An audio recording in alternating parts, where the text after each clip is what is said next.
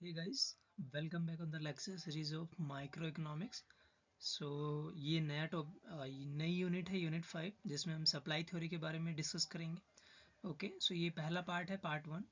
सो इस पार्ट 1 में हम ये टॉपिक डिस्कस करेंगे। पहला टॉपिक है इंट्रोडक्शन ऑफ सप्लाई, दूसरा है supply schedule, individual and market schedule हम डिस्कस करेंगे। ओके उसके बाद फिर हम सप्लाई कर्व के बारे में डिस्कस करेंगे। थर्ड है function of supply. Okay and fourth is the determinants of the supply. Okay, so let's start with the first topic which is the introduction of so हम इसमें सप्लाई डिस्कस करेंगे। अगर आपको डिमांड थ्योरी याद हो तो demand theory exact जो है वो सप्लाई थ्योरी के बिल्कुल अपोजिट है। ओके जो हमने डिमांड अगर आपने वो आपका कंप्लीट है तो सप्लाई ये वाला जो यूनिट है वो समझने में आपको बहुत ज़्यादा आसानी होने वाली है। ओके सो सप्लाई का मतलब क्या होता है? सप्लाई का मतलब होता है कि एक प्रोड्यूसर कितना बेचने के लिए तैयार है, different various level of price जो है उसका डिफरेंट गुड्स का, और एक स्पेसिफिक टाइम पर। ओके यानी कि स्पेसिफिक टाइम और प्लेस पर वो डिफरेंट प्राइस लेवल पर कितना बेचने के लिए तैयार है उसको हम क्या बोलते हैं? सप्लाई बोलते हैं। या ऐसे बोल सकते हो कि जितना वो बेचता है ना, यानी कि जितना वो बेचता है एक स्पेसिफिक टाइम पर और वेरियस प्राइस लेवल पर, उसको हम क्या बोलते हैं? सप्लाई बोलते हैं उस क्वांटिटी को। तो अब बात करते हैं क्वांटिटी सप्लाइड। ये एक अलग टर्म है। सप्लाई और क्वांटिटी सप्लाइड अलग टर्म्स होती है। क्वांटिटी सप्लाइड का मतलब होता है कितनी सप्लाई की गई। ओके सो इसका मतलब है कि किसी ने खरीदा होगा, यानी कि कोई प्राइस पे किया होगा तभी उतनी सप्लाई की गई होगी। ओके सो क्वांटिटी सप्लाइड बस यही इसका डिफरेंस रहता है। It refers to the quantity of the firm is willing to sell at a specific price level. जैसे होता है कि एक तरीके से बोल सकते हैं कि लेट सपोज करते हैं कि प्राइस 1 है तो ये क्वांटिटी सोल्व करने के लिए 10 यूनिट्स तैयार है।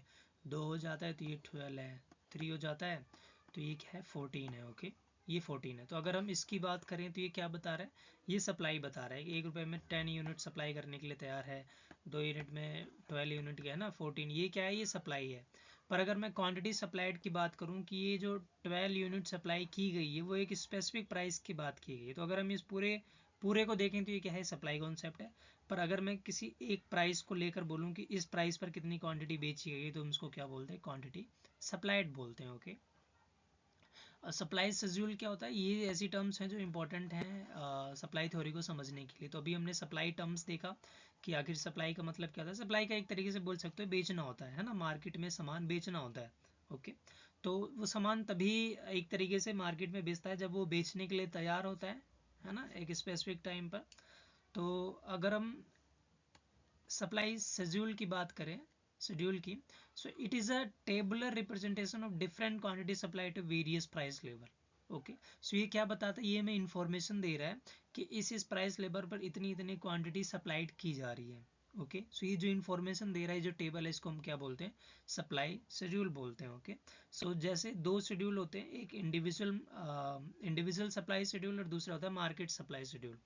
Okay so individual supplied schedule में क्या होता है? सिर्फ एक इंडिविजुअल सेलर की बात करते हैं। ओके यानी कि इंडिविजुअल सेलर का क्या बिहेवियर है, वो क्या डिफरेंट प्राइस पर क्या डिफरेंट क्वांटिटी सेल करने के लिए तैयार है। तो अगर ऐसी इंफॉर्मेशन वो टेबल दे रहा है तो इसको हम क्या बोलते हैं? इंडिविजुअल सप्लाई शेड्यूल बोलते हैं। ओके लेट्स सपोज करते हैं कि एक पूरे मार्केट में राम जो है वो एक सेलर है। ठीक है, राम क्या है? एक सेलर है, सामान बेचता है। प्राइसेस और क्वांटिटी क्या है? देखो प्राइसेस 1 2 3 4 है। क्वांटिटी जो लेट सपोज करते हैं 5 है, 10 है, 15 और 20 है। ओके ये क्या बता रहा है? ये सिर्फ राम की इंफॉर्मेशन को बता रहा है कि राम अगर प्राइसेस ये होंगे मार्केट में उस गुड्स के, तो ये इतनी यूनिट बेचने के लिए तैयार है ना। 5 1 प्राइस पर 5, 2 प्राइस पर 10 है। ठीक है, तो ये जो इन्फॉर्मेशन बता रहा है इसको हम क्या बोलते हैं? Individual supply schedule. क्योंकि ये जो टेबल है वो क्या बता रहा है? सिर्फ एक इंडिविजुअल सेलर की इन्फॉर्मेशन को बता रहा है। मार्केट सप्लाई शेड्यूल में क्या होता है कि मार्केट में जितने भी लोग होते हैं उन सभी सेलर्स की अगर इन्फॉर्मेशन को अगर वो शो कर रहा है कोई टेबल, तो उसको क्या बोलते हैं? मार्केट सप्लाई शेड्यूल बोलते हैं। जैसे फॉर एग्जांपल लेट सपोज करते हैं कि मार्केट में सिर्फ राम ही नहीं है, 2 3 सेलर और भी हैं। ठीक है, एग्जाम्पल लेते हैं। ठीक है, तो लेट सपोज करते हैं ए सेलर है, बी सेलर है और सी सेलर है। 3 सेलर है मार्केट में। ठीक है, और 3 सेलर का जो प्राइस है वो 1 2 3 4 है ओके मार्केट में। अब ए कितना बेचने के लिए तैयार है इन प्राइसेस पर, तो लेट सपोज करते हैं 5 10 15 और 20 ओके। और बी कितना तैयार है, लेकिन बी कितना तैयार है, लेट सपोज करते हैं 1 2 3 और 4 बेचने के लिए तैयार है ओके। और सी कितना तैयार है, लेट सपोज करते हैं 2 4 6 और 8 ओके। ये बेचने के लिए तैयार है। तो ए जो है 1 रुपये में 5 यूनिट बेचने के लिए तैयार है, 1 रुपये में 1 यूनिट बेचने के लिए तैयार है। और सी जो सेलर है वो 1 रुपये में 2 यूनिट बेचने के लिए तैयार है ओके। सो अगर हम, तो ये क्या है, ये इंडिविजुअल सप्लाई शेड्यूल। अगर मैं सिर्फ इसकी बात करूँ तो ये क्या है, ये इंडिविजुअल है। अगर मैं सिर्फ प्राइस और बी सेलर की बात करूँ तो इंडिविजुअल, अगर मैं सिर्फ सेलर सी की बात करूँ तो इंडिविजुअल है।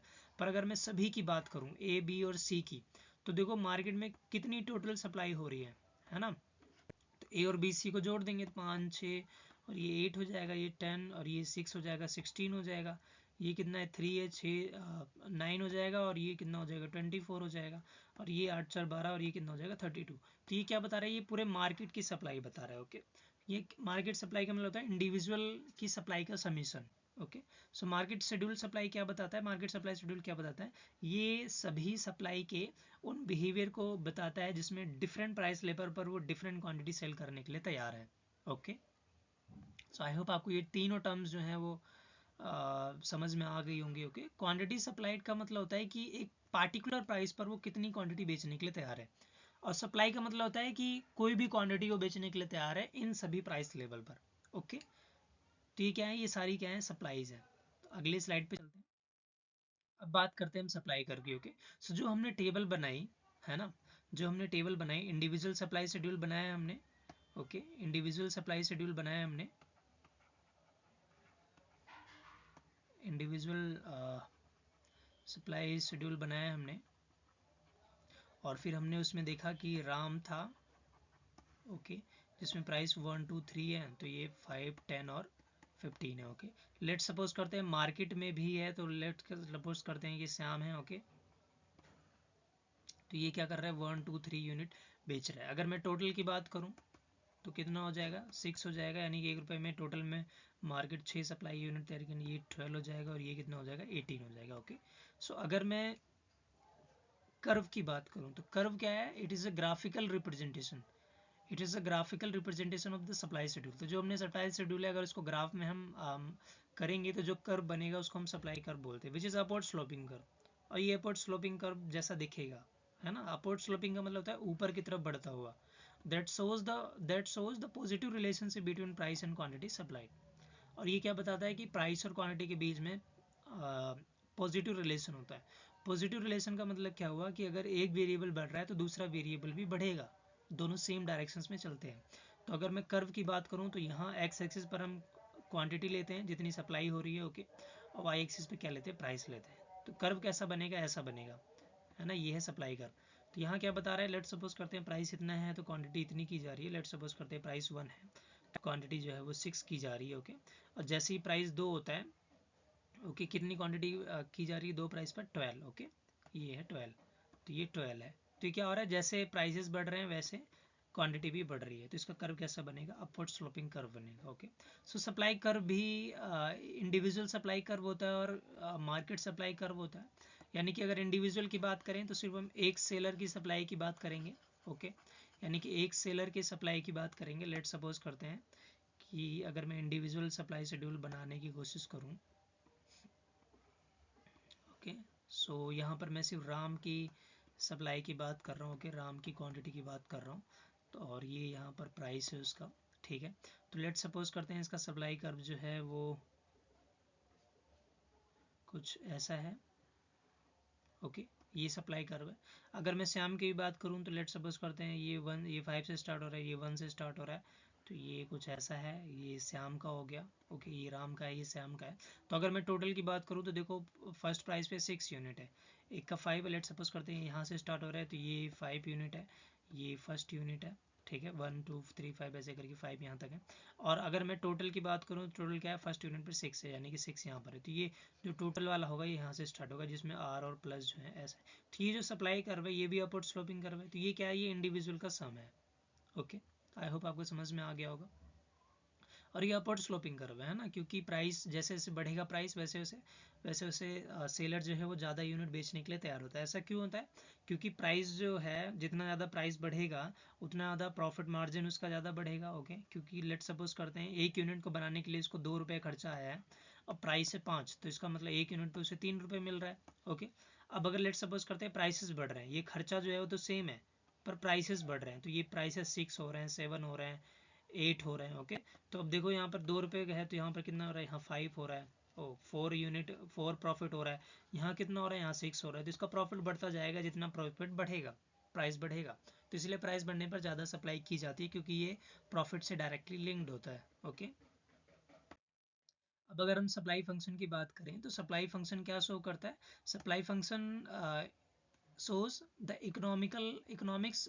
The supply function in economics is the mathematical formula that depicts the relationship between quantity supplied and price of the commodity and other related factors. इसका मतलब ये है कि सप्लाई फंक्शन क्या है? सप्लाई फंक्शन क्वांटिटी सप्लाई और different जो factors हैं उनके बीच में क्या रिलेशन है ये शो करता है। ओके, तो अगर हम इसकी बात करें तो ये क्या है, ये सप्लाई फंक्शन है। ओके, सप्लाई यहाँ पर ये सप्लाई गिवन है और ये सप्लाई को अफेक्ट करने वाले फैक्टर्स गिवन है। ओके, फैक्टर अफेक्टिंग वेरिएबल्स हैं। अब क्या है कि एक एक फैक्टर्स जो है वो सप्लाई को कहीं ना कहीं इम्पैक्ट कर रहे हैं। ओके, पीआर जो है वो कहीं ना कहीं इम्पैक्ट कर रहा है, टेक्नोलॉजी जो है वो कहीं ना कहीं इम्पैक्ट कर रहा है, ये टैक्सेशन और सब्सिडीज़ जो हैं कहीं ना कहीं क्वांटिटी सप्लाइड को इम्पैक्ट कर रहा है। तो ऐसे बहुत सारे अनगिनत वेरिएबल्स हैं जो सप्लाई को चेंज करते हैं, है ना, प्रोड्यूसर के बिहेवियर को चेंज करते हैं। ओके, सो जिसमें से मेन जो पहला फैक्टर है वो क्या है?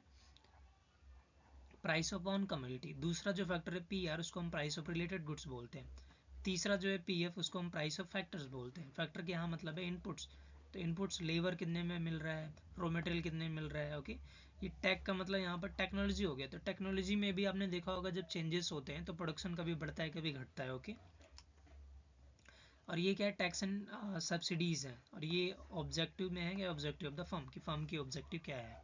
तो ये क्या होता है, ये डायरेक्टली और इनडायरेक्टली कहीं ना कहीं सप्लाई को इम्पैक्ट करते हैं। ओके, इसलिए ये क्या है, ये फैक्टर्स हैं, डिटर्मिनेंट्स हैं। तो कहीं ना कहीं अगर प्राइसेस में चेंज आएगा तो इसका इम्पैक्ट सप्लाई पर पड़ेगा। ओके, इसीलिए supply is the function of, F का मतलब क्या हुआ, function, supply is the function of these all factors. Okay, so law of supply की अगर बात करें हम, तो लॉ ऑफ सप्लाई क्या शो करता है?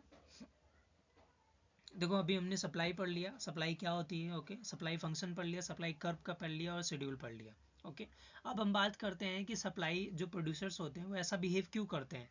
ओके, या ऐसे बिहेव को हम क्या बोलते हैं इकोनॉमिक्स में। ओके, या ऐसे बिहेव कौन सपोर्ट करता है। ओके, तो ये है सप्लाई लॉ। तो the law of the supply in economics suggests that with the other factor remaining constant, if the price of the commodity increases, its market value also goes up and vice versa. It one of the fundamental laws in the economics. It establishes the direct relationship between the price and supply of the commodity. Therefore, if there is a rise in the price, the supply also increases, giving seller a chance to make more money. Okay, so ये supply of supply क्या बोलता है?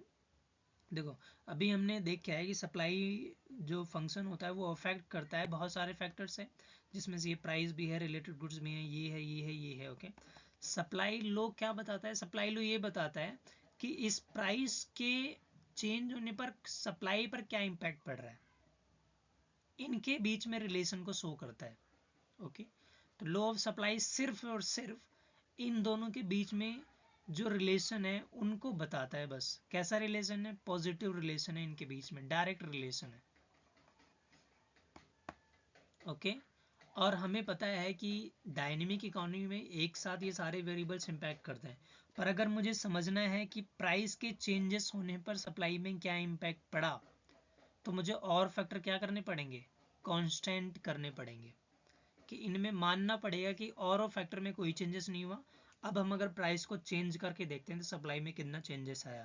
तो ये जो behaviour है, ये जो स्टडी है, ये जो प्रोसेस है, इसको हम क्या बोलते हैं?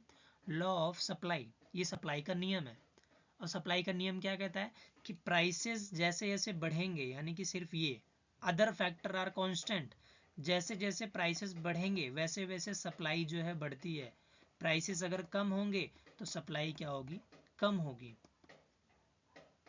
ओके, और ये क्यों बढ़ाते हैं supply? Because the seller has a chance to make more money, क्योंकि मैंने बताया था प्राइस और प्रॉफिट में डायरेक्ट रिलेशनशिप होती है। तो अगर प्राइसेस बढ़ेंगे तो प्रॉफिट भी बढ़ेगा, अगर उनका कॉस्ट जो है वो सेम है तो। ओके,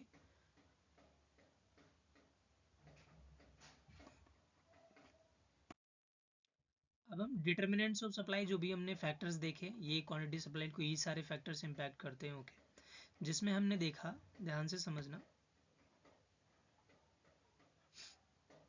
जिसमें हमने देखा कि सप्लाई लो जिस सिर्फ इन दोनों की रिलेशनशिप की बात करता है, इन दोनों को इग्नोर करता है, इन सभी जो अदर फैक्टर्स हैं इनको इग्नोर करता है। ओके, तो इसको हम अदर फैक्टर बोलते हैं, और इसको हम, ये जो प्राइस है सिर्फ, इसको हम ऑन फैक्टर बोलते हैं। ओके, यानी कि सप्लाई लो क्या बताता है, सप्लाई लो ऑन फैक्टर यानी कि प्राइस और क्वांटिटी सप्लाइड के बीच में रिलेशनशिप को शो करता है। डिमांड लो भी यही कहता है, डिमांड लो में भी हम प्राइस और क्वांटिटी डिमांडेड की बात करते हैं, बाकी अदर फैक्टर को कांस्टेंट रखते हैं। यहाँ पर भी सेम है, सप्लाई लो में भी हम प्राइस के चेंज होने पर देखेंगे कि क्वांटिटी पर सप्लाई पर क्या इम्पैक्ट पड़ रहा है, अदर फैक्टर को हम कांस्टेंट रखते हैं, उसमें कोई चेंज नहीं करते हैं। ओके, या मानते हैं कि इनमें कोई भी चेंजेस नहीं होंगे। तो अब एक एक फैक्टर को देखते हैं कि कैसे ये इम्पैक्ट करते हैं। ठीक है,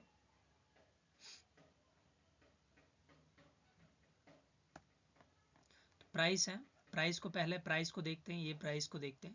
सो there is a positive relationship between price and quantity supplied, rise in price will give more profit to the sellers and vice versa. Okay, तो इसीलिए प्राइस में अगर चेंजेस आते हैं तो सप्लाई में भी चेंजेस आएंगे, अगर ये कम होगा तो ये भी कम होगा, है ना, पॉजिटिव रिलेशनशिप है। तो इसका मतलब प्राइस इम्पैक्ट कर रहा है सप्लाई को। दूसरा है प्राइस ऑफ रिलेटेड गुड्स। अब रिलेटेड गुड्स जो हैं दो टाइप्स के होते हैं, एक सब्स्टिट्यूट गुड्स होता है, एक कॉम्प्लीमेंट्री गुड्स होता है। ओके, तो इसमें हम लेट सपोज करते हैं टी और कॉफ़ी का एग्जांपल लेते हैं। सब्स्टिट्यूट गुड्स क्या होते हैं, ऐसे गुड्स जो एक दूसरे की जगह पे यूज़ किए जा सकते हैं। Okay, so when price of substitute goods rises से टी, सो अगर टी का, देखो, आप प्रोड्यूसर या फर्म के पॉइंट ऑफ व्यू से इस चैप्टर को पढ़ रहे हो। ओके, डिमांड के बायर्स के पॉइंट ऑफ व्यू से नहीं पढ़ रहे हो, आप प्रोड्यूसर जो सामान बेचता है उसके पॉइंट ऑफ व्यू से पढ़ रहे हो।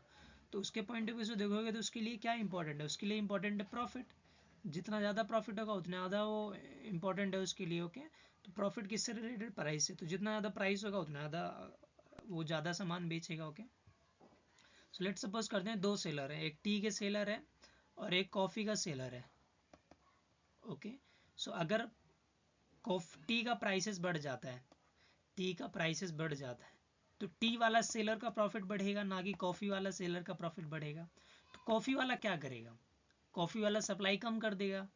ठीक है, अब वो टी बेचने लग जाएगा क्योंकि टी में प्रॉफिट ज़्यादा है ना, क्योंकि टी के प्राइसेस ज़्यादा है। तो when the price of substitute goods rise say tea, then it will reduce the supply of the coffee. Okay, तो कॉफ़ी क्या होगी, कोई की कॉफ़ी की सप्लाई रिड्यूस हो जाएगी क्योंकि इसमें प्रॉफिट ही नहीं है, इसका प्राइस ही नहीं बढ़ रहा। टी का प्राइस बढ़ा तो इसमें प्रॉफिट ज़्यादा होगा, फिर कॉफ़ी वाले कस्टम जो प्रोड्यूसर्स हैं बेचने वाले, वो भी क्या करेंगे, टी बेचना स्टार्ट कर देंगे। ओके, या फिर अगर कॉफ़ी का प्राइस बढ़ता है तो टी की सप्लाई कम हो जाएगी, है ना। तो इसका क्या है कि एक के प्राइस पे इम्पैक्ट जो है वो दूसरे की सप्लाई पर पड़ रहा है। ओके, सो इसीलिए हम इसको क्या बोलते हैं, रिलेटेड गुड्स बोलते हैं, क्योंकि एक दूसरे के इम्पैक्ट करते हैं ये। कॉम्प्लीमेंट्री गुड्स कैसे हो गए, कॉम्प्लीमेंट्री गुड्स वो गुड्स होते हैं जो जॉइंटली कंज्यूम किए जाते हैं, पर यहाँ पर क्या है, जो जॉइंटली सेल किए जाते हैं। ओके, जॉइंटली जो सेल किए जाते हैं, है ना। तो कॉम्प्लीमेंट्री गुड्स जैसे इंक और पेन, तो अगर इंक और पेन, तो जो पेन बेचा जा रहा है उसमें इंक तो होगी ना, अगर जो पेन बेचा जा रहा है उसमें इंक तो होगी, सिंपल सी बात है। Okay, so when the price of complementary goods rises, say petrol, then it will rise the supply of the car and vice versa. क्यों, क्योंकि अगर कॉम्प्लीमेंट, देखो पेट्रोल और कार जो है वो कॉम्प्लीमेंट्री गुड्स हैं, दोनों को साथ में ही कंज्यूम किया जा सकता है ना, कॉम्प्लीमेंट्री गुड्स हैं। पर अगर पेट्रोल के प्राइसेस बढ़ रहे हैं, लेट सपोज करते हैं, तो कार के भी प्राइसेस क्या होंगे, बढ़ने लग जाएंगे, है ना, कार भी महंगी लगने लग जाएगी, फिर कार क्या होगा, प्रॉफिटेबल हो जाएगा। ओके, और इसका वाइस वर्सा। आई होप आपको समझ में आया हो। प्राइस ऑफ फैक्टर्स, फैक्टर्स क्या होते हैं, such as land, capital, raw material, जो भी परचेज किए जाते हैं, which is the cost of the firm. So rise in price of the input increases the cost of production, firms profit declines, consequently supply will decrease.